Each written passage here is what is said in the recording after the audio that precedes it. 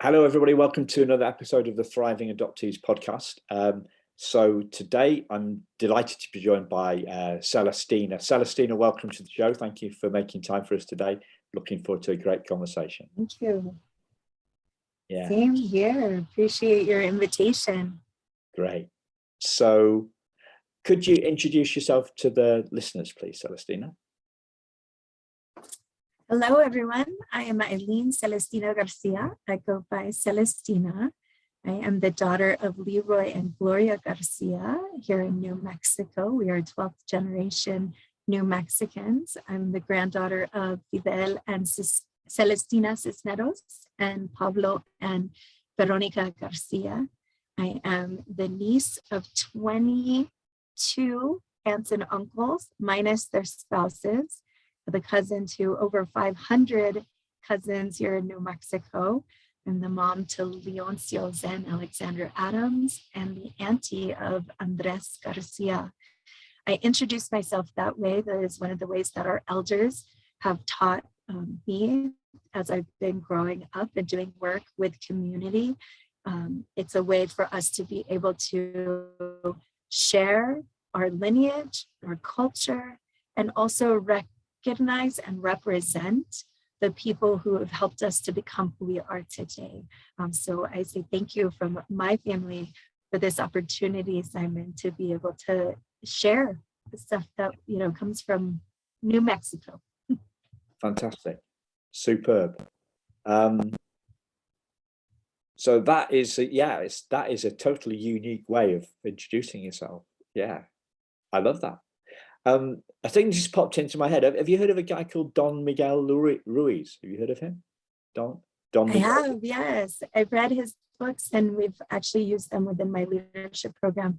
And some of our content, we used to have books that we would read throughout our leadership program, and some of his were on our list. Yeah, he's an interesting guy. The Voice of Knowledge. The first 20 minutes of that is probably listening to that on audio is one of the most powerful experiences that I've had. And so he's from the Toltec culture, Toltec background. And, what you said kind of immediately put me in mind of him and a difference, some differences between the culture I was raised in and the culture of that part of the world. So that was big. Voice of Knowledge is have you read that one? Do you remember that one? I have, and I think one of the areas that as you're talking about him, here in New Mexico, this part of the United States, I often tell people that we were hit by two waves of historical oppression. Of course, we had the Spanish conquistadors that came from Mexico up north and through New Mexico. And then we also had westward expansion that later came from the East Coast over to, the gold rush of California. And so New Mexico was hit straight by both of them, right? It's almost like a T. And as we talk about, how have our families had to evolve and grow and survive and find ways to thrive through that, oftentimes people don't realize that part of what our families struggle with, the issues that create opportunities for foster care or adoption, it's not because people don't care about their kids. I think that's, maybe very small number. It's really, there's large things that are happening in community where resources change from night to day. In my family, the experience for my parents' generation, who were Spanish speaking families that then were in public school requiring them to speak only English, those things were really devastating because my generation was raised to only speak English because our families, my parents were the generation hit in school for speaking Spanish and being bilingual or trying to be bilingual. And so my generation has actually had to fight to change that narrative And a lot of times in assimilation, we've lost our language. And I think that happens too when we talk about different aspects of why, we need extra support of parenting and childcare, as families also experience some of these hardships that happen in the world. When families lose a key member to death or something like cancer, that's what happened to my dad's family. My dad was one of 11 children, and his mom, when he was 14, got cancer and passed away. And so the younger children, either, I call them family orphaned, because they were in that situation where they needed someone to care for them. They were not old enough to go out on their own. So they went and lived with older siblings or community members, and that's where they got looped into the system. But I think there's lots of things like that happen in our communities that we don't often talk about. Yeah. So your role now, you're working for the, how do you say it, the CYFD? Is that right? Yes. Yeah. And what does that stand for? So CYFD is our state agency, that Child, Youth, and Families Department. So we, are working to support families to, be in care of children, and sometimes they need to come into our space, when there's something really intense happening. So there's all different types of scenarios where families will interact with our agency to provide, our goal is 3 things: well-being, safety, and reunification of families. Yeah. And you were telling me last time when we spoke, and that you're working on you're building a new curriculum for resource parents. So resource parents is the language that you guys use for foster and adoptive parents. Yeah, is that right? Yes. Yeah, there's a lot of transitions happening within the department to get better at what we do. And so some of those are, how do we also address what our families are called? So we've made a transition away from foster parents to resource parents, to really begin to look at how do we as community members support a family in need as resources. And so that person who is stepping in and providing care for a child in emergency need has someone that is knowledgeable and ready to provide safety and support, but also sees their role as super unique and important to keep the connections together with the bio families, with our families and their extended family members, because we know that that's what's best for our children, that when their network can continue to stay and grow and be cultivated, that supports the child to have that space to be able to themselves develop as best as possible. Our curriculum is being developed out. It's been worked on for the last 1.5 to 2 years by a group of agency workers and community members from statewide. We continue to evolve that engagement of getting and gathering input as we're building the curriculum out. But our goal is to be in launch by January. So it's a very tight framework, but we are doing our best to chug along as fast as possible. Yeah. But what struck me is that you're building the curriculum kind of in partnership with the resource parents. Yeah, that's how it seemed to be. Yes, we have had focus groups with resource parents who have been resource parents for a long time and had their certification for a while and closed their certification. Others who are brand new resource parents who've gone through our old training, because we wanted to know what works, what doesn't work, and hear it from those who really are the recipient of, from the resource parent viewpoint. And one of the things, Simon, that really struck me was they said there's a lot of information in that experience, right? That first training that we get.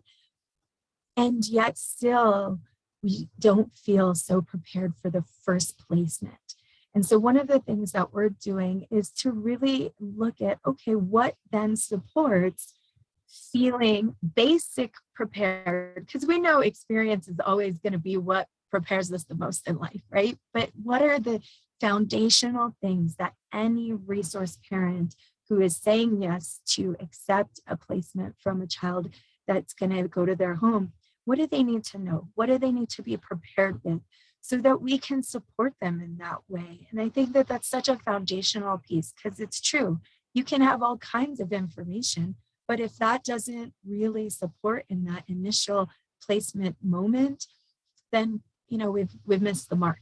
So we're really working hard to make sure that this intro training also has people not only knowledgeable of who our agency is, and as I say it, have the phone numbers of who they phoned a friend, right? Because you're going to have moments where you're like, what do I do? But that they also have skill and tool to understand what it really is that we're asking when we say, will you take a child in care and support them? Because I think people come to the table with a lot of different thoughts on their own of why they're showing up to be a resource parent. And we want to make sure that there's alignment of values, there's alignment of practice and tools. So we're doing our best with this new curriculum on that piece too. So what I thought that we could do, so the podcast is listened to by adoptive parents and foster adoptive parents, I guess what you would call resource parents, and also adoptees. So I think maybe we put the adoptees to one, adult adoptees to listen, put those to one side. What I thought that we could do was, given that there's no other content on the podcast that's kind of preparatory content, preparatory information before the listeners have adopted or started fostering. These are the listeners are already in that already in that part of their life where they are parents to kids. What I thought might be useful for you to share some of the information that you feel that you've come across as you've been building this curriculum that you believe would be useful for our listeners to hear. So does that sound okay as a kind of like a starting off point? I love it. Yes. And let me know if there's, things that, right off the top, I have two things that I would like to share, but if there's other questions or, things that you think of, let me know. One of the very first things is how impactful and important it is for adoptive parents to see that for the child's benefit, for their development, for their safety, and for all of what it takes for them in growing, being connected to their bio family and their extended family and making those things a part of their life consistently is so valid and important. And what I mean by this is, being able to have as a part of your what do I want to say here, your routines, your home habits, the ability to speak from the strengths of the family. Yes, the family, was in a situation and now you've adopted their child, but that doesn't mean that the family didn't have strengths, they didn't have cultural traditions and things that really have been lineage pieces that are important to that child's development. So as adoptive parents, what can you do to encourage and ask, right? Because yes, some young people will not be interested in continuing some of those relationships. It might be a really hard thing, right? It might take some years. Yet for those that they are, you know, maybe it's a grandma, or maybe it's an auntie or a cousin they loved playing with. What are ways to incorporate them into your life so it feels accepted and included and encouraged? I think that's the other thing, right? Because I think what I've heard over and over is that there's one way to check the box and just be like, well, I asked the question. The other is to really be authentic in it and even address if it's uncomfortable for you, right? Like, I've never had to do this before. I've never had to expand my family. Like, some of us are really used to it. Like, my family, we're so big, we're used to like everybody who, you know, friend for a while becomes a family member pseudo, right? But some of us aren't, because people are so different than us, right? Maybe they live in a different neighborhood, or maybe the way they speak is way different than what we do, right? Their language or whatever. But being able to show, like, and to be honest, like, you know what, I might really mess up at this, right? Like, I might make a mess of this, but I want to really figure it out, right? Is a thing that also can be conveyed, because the young person is feeling that messy hardship too, right? Like, they might not know how to speak to the adoptive parents and say, God, I miss my cousin. I really want to see my little cousin, you know, like, I haven't gotten to see them. Or, you know, I'm afraid if I let you know I miss my brother, like, is that something that you're going to be upset with me about, right? Or I miss my mom or dad, or whatever that looks like. So I think if there's anything of all the pieces to our curriculum, that continuation of how do we build that support network of family and friends for the young person, it has been showing up over and over again. That's been a big one, Simon. Yeah, huge. So as you know, you were saying, check the box. You know, it's not checking. This isn't checking the box. As you were talking, the thing that popped into my head is that we're not paying lip service to this as a family. We're not paying lip service. Right. So one of my challenges with our British politicians is that most of them have never created anything other than words. And words are really easy. It's the outcomes, the inputs. It's what we do that's more important than what we say. So this isn't about lip service. This is about, as you say, consistency, routine. It's habit. It's about what we do, not what we say. And I heard somebody say something around this. It's just slipped my mind.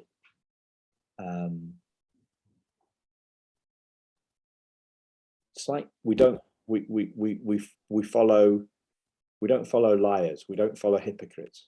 We don't follow we want to lead our kids, and leaders do what they say they're going to do. So this is about you the resource parent, adoptive parent, foster parent, you being seen to do what you say you're going to do by your child. And that has got to be a big part of the trust piece. And kind of why this is significant for me is I remember thinking to myself, so I've been with my wife coming up we've been together for 28 years. We've been married coming up been together 28 years, coming up 24. And I was thinking about going back about 26 years ago, something like this. Why do I love my wife? Right. So this is a bit of a strange question, because we're looking for a rationale. We're looking in our head for an answer that's in our heart, right?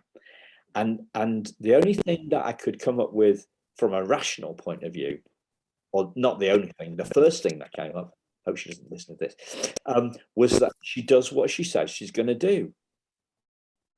She does what she says she's going to do. And her doing what she says she's going to do makes me feel safe. So if you say to your child that you are going to do all this, have all this continuation with the biological family, and you don't do it, then your child's going to lose trust in you. Like I would lose trust in my wife if she didn't. I don't think I'd be with my wife if she didn't do what she says. And this kind of honesty is really a really important value to me. And just as a stupid example on the other side of this is that we're having some construction work done, and the builder doesn't say what he doesn't do what he says he's going to do. And I don't trust the guy. I don't feel safe with the guy. And I'm putting it quite politely. I really, yeah. People say, would you recommend him? No. So do you want to be, if you want to be a parent, the essence, we've got to build trust with, we've got to build trust is the foundational piece of any relationship. So whether that's, a contractor, whether that's a spouse, whether that's a kid from a hard place, and especially from that kid from a hard place, they've got to trust you. And if you don't do what you say you're going to do, if you pay lip service only, then your child ain't going to trust you. I think one of the areas that you also are reminding me that is also impacting our curriculum, Simon, is that when you're working with a child who has come through the system of care like this, they've also been impacted by different traumas in their life. And as a resource parent or an adoptive parent or a parent period, when our children have gone through trauma, it's also a place for us to build up our skill to recognize what is going to be the most supportive for them in healing from that trauma. Because I think sometimes in the old, back in the day, there was this idea that trauma cannot be healed from. And I think that the experience stays with us for sure. And there's layers, there's cycles of when it shows up and how it shows up, and different relationships trigger, and bring new things to light for us to work on. So I wouldn't say in terms of, it magically disappears because love is present, or, it's gone poof because we have that one person we can trust and we've built the experience of like, okay, I know trust in my life. But I think it's more around what you're saying, as we go through life, we'll have other relationships where they will show up in a particular way for us. And sometimes it triggers that, right? This contractor is triggering your safety space, your trust space. And you're like, wait a minute, that doesn't work for me. Right? And it doesn't work for me in a sense as a professional. I wouldn't, give you a recommendation to somebody down the line. That contractor, if you never address that with him, may never know that that was the trigger point. That was the big deal. He may be thinking in his mind, I did everything I've, signed up on my contract. But oftentimes in relationship, I think we do that too. With young people, a lot of times they don't feel in control of their life. They feel like adults are the ones who are, telling them what to do, what the parameters and boundaries are for them. And so also this place of relationship building is about communication too with a young person, in that we value and we generously listen them. One of the things that, resource parents and also some of my staff members have talked into is that a young person will speak what is important to them, and they're often shut down or overlooked because, oh, well, that's great, but you're a kid. And that also breaks trust for a young person. If you ask them, or if they are sharing with you something that matters or something they need, it may not be important to you as an adult. You might be like, it's not so much of a big deal. But to that young person, one, they're practicing advocacy. And so if they get shut down or overlooked every time that they are advocating for themselves, then we're teaching them that their advocacy doesn't hold weight, that it doesn't ever get noticed unless you're an adult. And so I think that that's another place too in building relationship that people have said, we also need to generously listen from a place of wanting to hear what young people are saying. So as parents, when we show up, we can integrate what's important to them. You know, it might not be very valid for us that they want to call, you know, so-and-so from their family and have them, you know, on the phone while we're eating dinner. But for that young person to have grandma join in dinner might be something that's really important, because who knows, it might be because, oh, I remember it was grandma's birthday, but I didn't tell you as a kid that that was part of why I want to have grandma on the phone and have dinner with her, even though it's cyber, you know, even though she's not in our house. So I think those are some of the other pieces too that are really popping up around our curriculum, is how are we curious and how are we generously listening one another? Yeah. So you're a mum and you're a coach. You've done a lot of you continue to coach, and that's what you, some of the skills that you bringing into this role. What do you bring in from those two roles, mum and coach, into helping into a curriculum that's about helping kids be heard in the way that you're describing? Mm. Well, within the two, you know, what we've looked at is how do we support our families that are wanting this certification and to be in this space, right? To be able to support our young people and families. How do we generate a practice of asking powerful questions? So, you know, within the course work, we have moments where, you know, they learn something, and then part of the activity, so our curriculum is very experiential based as well. So the activity is a powerful question where the adult, you know, gets to work with it. How do I integrate this? How does this look different in my home? How do I take my personality before having a placement or before having a young person that I'm working with, you know, my habits, what I used to do when it was the way it is before, and how do I also be aware that it's going to change within the process of adding someone new to our home? And so I think that that's one of the other places from a coach standpoint, because part of my background, Simon, is change resiliency. And so how do we become empowered and thoughtful of change that is taking place and going to take place versus resistant? Because most people are first resistant to change. I don't like it. I don't do that. You know, my way is working fine. And, you know, the reality is life is changing all the time. With technology, it says it's predicted that our world changes every 13 days due to technology, which it may be even faster right now with everything that we've increased with the pandemic. And so we don't get an update that tells us all the ways that our life has changed in all those speedy, fast ways with technology. We just have to engage with it. We just have to find out, you know, the new app is on our phone, or my app looks different, right? Like there's all these things that are happening all the time.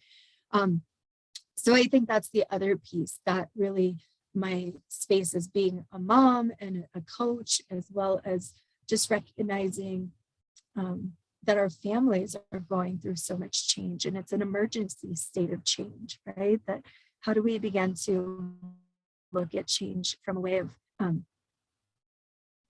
tool-based and empowerment that can support us? Yeah. So I love the asking powerful questions bit. And I particularly like the powerful bit, because I have been coached a lot. I've had loads of coaching and very little therapy. And when I went in the therapy world, it was just like, that was very unempowering for me. Very unempowering when I went to therapy. Whereas I've sought out coaches in all sorts of different areas of my life, because I've seen the benefits. I've seen that coaching has yeah, it's been a powerful force in making my life better. So, you know, when you say powerful questions, what's behind that? So I'm asking you really now, you know, to put your coach I'm asking you from all three hats. So imagine you've got three hats on your head. You've got your mom hat on you've got your mom hat on, and I'm asking you from your mom perspective, because our listeners are moms and dads, right? So you've got your coach perspective on, so you know, like, what most people think of coaches as, you know, like, if you're not familiar with it, they think of coaches like a football coach, or they think of a sports coach, somebody that tells people what to do stuff. Well, I get the impression you're a coach that asks people questions rather than telling them what to do, right? And then from the third perspective, you've got your CYFD hat on.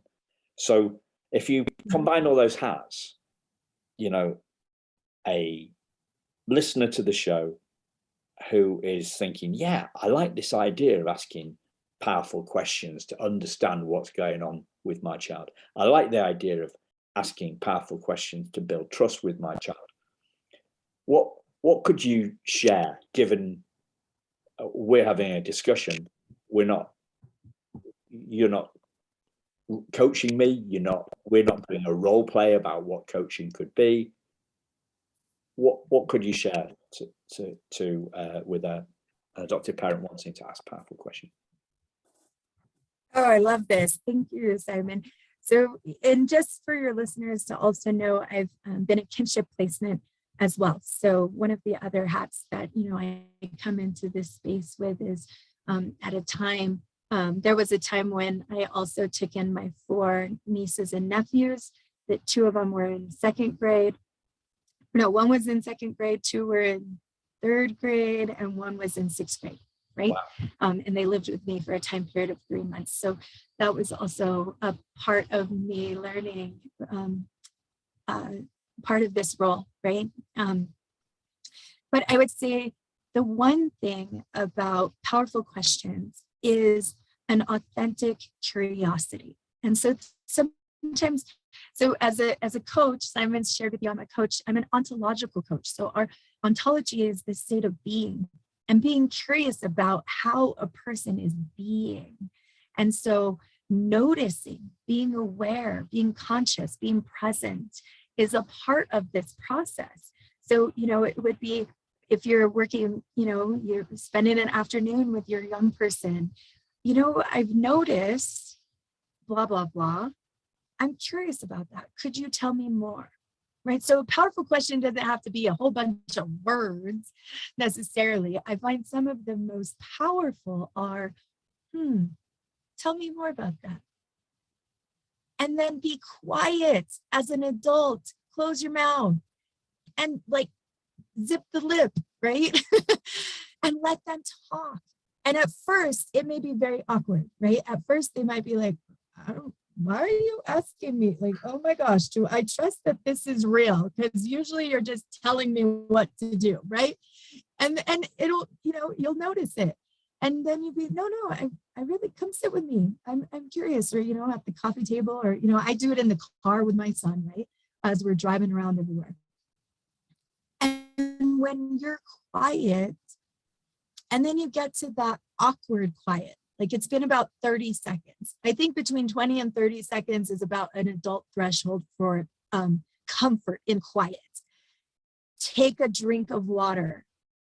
Grab your cup of coffee and slurp on it, your soda, whatever, drink, and stay quiet, right? So that's always my, like, this is how you stay quiet, is you take a drink of water. And they're going to be like, okay, I'm waiting for them to jump in and tell me. I'm waiting for them to, you know, say something, save me, because what they're waiting for is for you to take the ball back. And as a coach, you don't take the ball back. You handed them the ball with, curious about this, tell me more. So the ball is in their hand and it's burning, right? It's like hot potato. And they want you as the adult to take it back and just say whatever you're going to say, so that way I'm off the hot seat. And when you take that long drink of water, or you take a deep breath and you settle in, and you recognize that this is what Celestina calls the pregnant pause, because you're going to take it beyond 30 seconds, maybe to a minute, maybe to a minute and a half that first time, because they're waiting for you to take the ball back. And you might have to go, no, I know this sounds weird, but I'm really curious. Like, let me know, tell me. Yeah. And let them tell you, because that's where we usually, we get awkward, Simon, right? When we ask to know, and then we just start talking as adults to fill the space and to get comfortable. And the reality is young people are used to that. Young people are used to like, oh, well, if don't say anything, they're going to take the ball and run, and then they'll get busy and we'll go on and I can go play or whatever.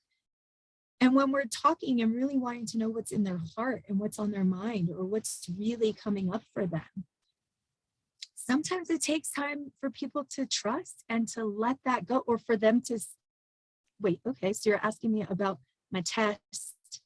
Okay, well, there was a lot going on there. I don't know what I should tell you. And so people get frozen, right? Fight, flight, freeze, right? You ask me a question, if I freeze, or if I throw the temper tantrum too, right? Then they're never going to try to ask me a question again.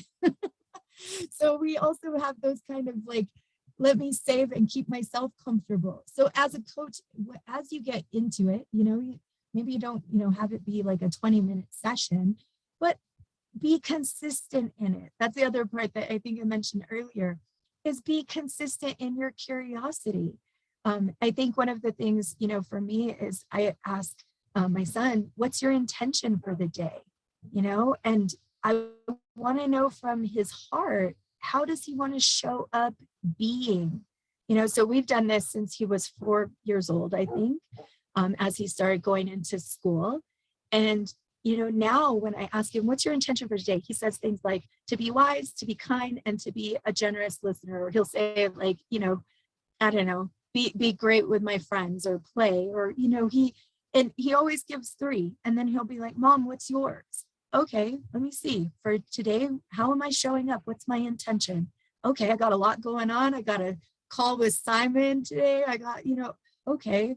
My intention for the day is to be confident and to be resourceful and to, be an add of value, right? And so he hears me present the things that are real for me in my life too. So that piece of also showing up as an example in the routine or the practice, that they can also ask us generous questions or powerful questions, and that we're willing to give back. So it's a give and receive, because then they're practicing their leadership too with you. And that's a trust place to build on as well. Yeah. So the powerful, I got the powerful completely wrong then, because I was thinking that the power was in the words of the questions, but the power is in the place that you're coming from. Mm-hmm. Yeah. And that it's more than a yes or no, right? So that's the other piece, because the yes or no gives us the easy out. And it's not very deep, right? If I was like, oh, Simon, did you like what I said? Yes or no? That's not very deep, right? Simon, can you talk to me about the value of the conversation we had for you today? That's a whole different level. So also being able to look at how are we being curious with each other of what's really in each other's heart, because that's where the power also lies. How are we getting to hear what's people's heart, what matters to them, what's valuable to them? Yeah. So you talked about where we're coming from. So we're coming from a place of curiosity, and it's genuine and authentic curiosity, because our kids can pick up. They've got that baloney. They've got the baloney radar, haven't they?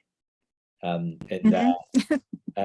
their what's it? Where do they say? People say that it's in the solar plexus, is it? Or it's in our gut. we've got a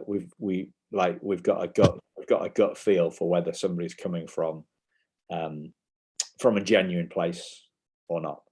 So you talked about coming from genuine, authentic curiosity.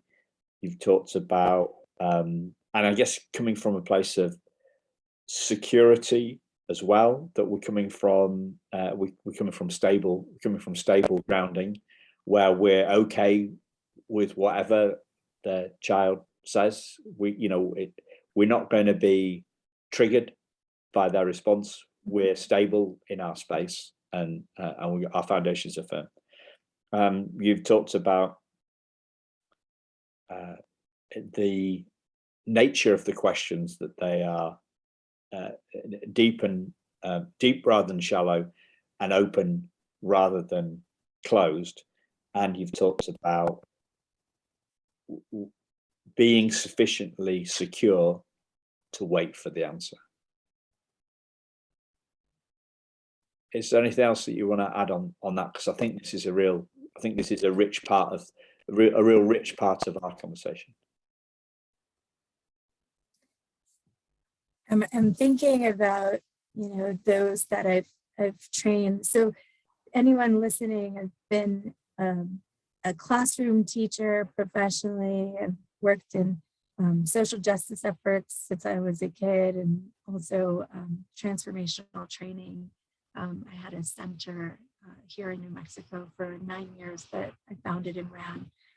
And so a lot of my work in my 6th grade classroom changed drastically when I started learning the things that I'm sharing with you, Simon, in terms of being able to hold space and not be attached to what the young person is saying, right? Really being able to, I think one of the areas is that, young people too feel at times that there's a lot of judgment and a lot of, this is the way they should show up and they should be.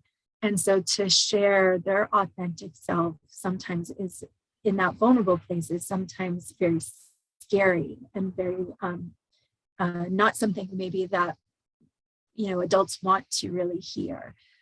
And so I think one of the areas around that for us as adults is to recognize that when we're listening, whatever might be shared in the conversation, that we take note if there's any of our own biases or triggers that come up, because they will at times, like sometimes, my son the other day said, I want to be intelligent, right? And that might not trigger a lot of people, but for me, I was like, man, I don't want my son just to be intelligent. I want him to be wise in how he uses the knowledge that he has. And so for me, I had to catch myself and not make him wrong for his word, right? And really what it opened up was that next level of curiosity. Oh, why is this something for me? Because it's not for him, but have I ever taught him the word wisdom? Have we ever had a conversation about wisdom and distinction between intelligence and wisdom? And so it became a conversation piece for us where, the two of us talked about wisdom and knowledge and how we create what we do with our intelligence. And so it was interesting after we had that conversation where, as a parent, okay, that's coming up for me. Now, how do I use it and add value to my young person? Where have I maybe in parenting not opened the conversation up for these language pieces? Because language is really important. And Simon, that's actually one of the pieces of our curriculum. Our core competency, one of them is language matters. And so being able to, in those coaching moments or in those asking questions, to be authentically curious, where can we also see how we can expand our young people through relationship with us and be a mentor, be a person that adds to what they maybe have exposure to. And so, next couple of days later, when my son was doing his, my intention for the day, his word was wisdom, right? Because we had added that into something that he now had access for. Yeah. Interesting. Very interesting. Thing popped into my head when you talked about the word intelligence. You also talked about kids being at effect, a lot, that they are not in, their agenda is set by us as parents, or their agenda is set by the school, and they don't have a lot of, they don't have a lot of control, generally speaking, about whatever. At schools are changing. However, they still are largely focused on IQ. They're focused on intelligence, whereas we know from research that emotional intelligence is, I don't know, you might have heard this sort of stuff. It's like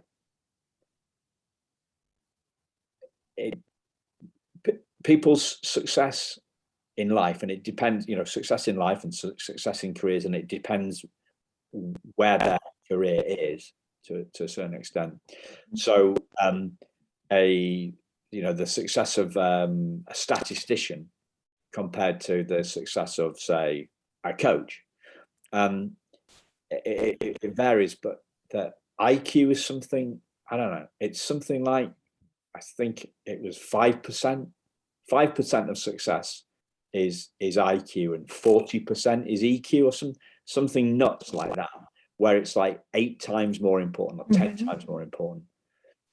And yet we kind of all know that, like, nobody wants to sit next to the geek, but we don't really, to what extent are we embracing this, do you think? I think it's a part of the change in our times. I think when we talk about emotional intelligence and also the ways our society has been structured, what I've learned over the years, so I now have over 15 years in transformational training, what's our worldview? And so that old mechanistic worldview where everyone was treated like a robot and they just needed to learn certain things to go fill that place in society and the workforce, we've learned over the years that doesn't work for our human spirit. That's not something that, supports us to live our full potential and be jazzed about life. And so that other piece of the ecological worldview that's emerging and has been emerging for a long time is a collaboration of both of them, where yes, we need both.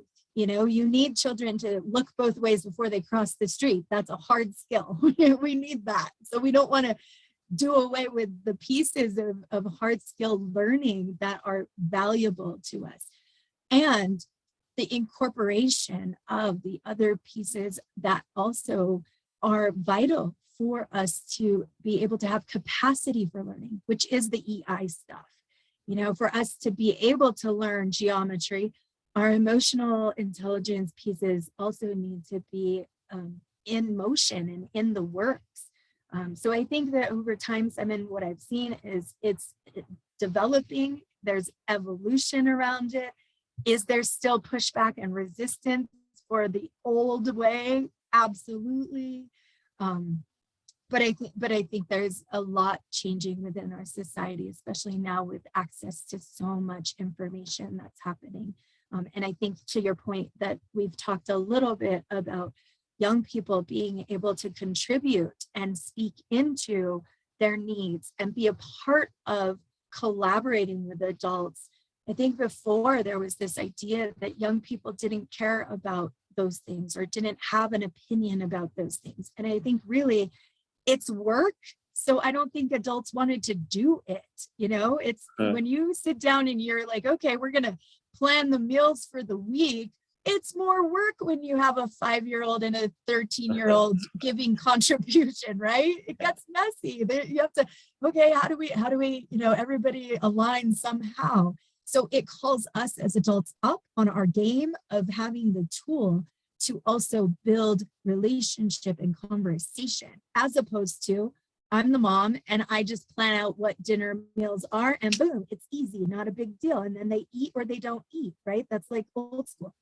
So I think part of this is also, as adults, that accountability for us to be willing to do work in a different way, not be so lazy or like, oh, what's the easiest way? Because when we help our young people to be in contribution to those pieces of life, we also prepare them in other ways to be able to face adversity out in the world, to be able to take on the bully at school without having to maybe have a fist fight, right? Like, oh, there's something else happening here. But, it comes also at our growth as adults to be willing to take the time to, in our mind, recognize we build time, right? Because I think a lot of times we walk around with, oh, I don't have any time. I don't have any time. Make it. For the important things, make it. Carve it out. Get creative. Get innovative. Ask the kids, how do we do this, right? It really shapes and will change once you get them involved. As a teacher, Simon, when I sat down and didn't say anything in my classroom, and it went for 20 minutes, talk about awkward, right? Like I was waiting, the kids were waiting, everybody, when is she gonna say something? And then they started asking me questions. And I just said, well, what do you think about that? And what do you do? They took over the classroom, their leadership, all the things that I had taught them, they exemplified it and they showed it because I got out of the way, because I was willing to be a partner with them. And I see that more often, the more I do coaching work with adults. Most of our work is in getting out of the way and be willing to do something different than how we've done it the same old way. Great. I think that's a fantastic place to bring it in. Thank you, Celestina. It's been a pleasure, and I hope you've enjoyed it too. Yes, thank you so much. Blessings to everybody hearing us today. Yeah, and thank you too, listeners. We'll speak to you again very soon. Thanks a lot. Bye-bye.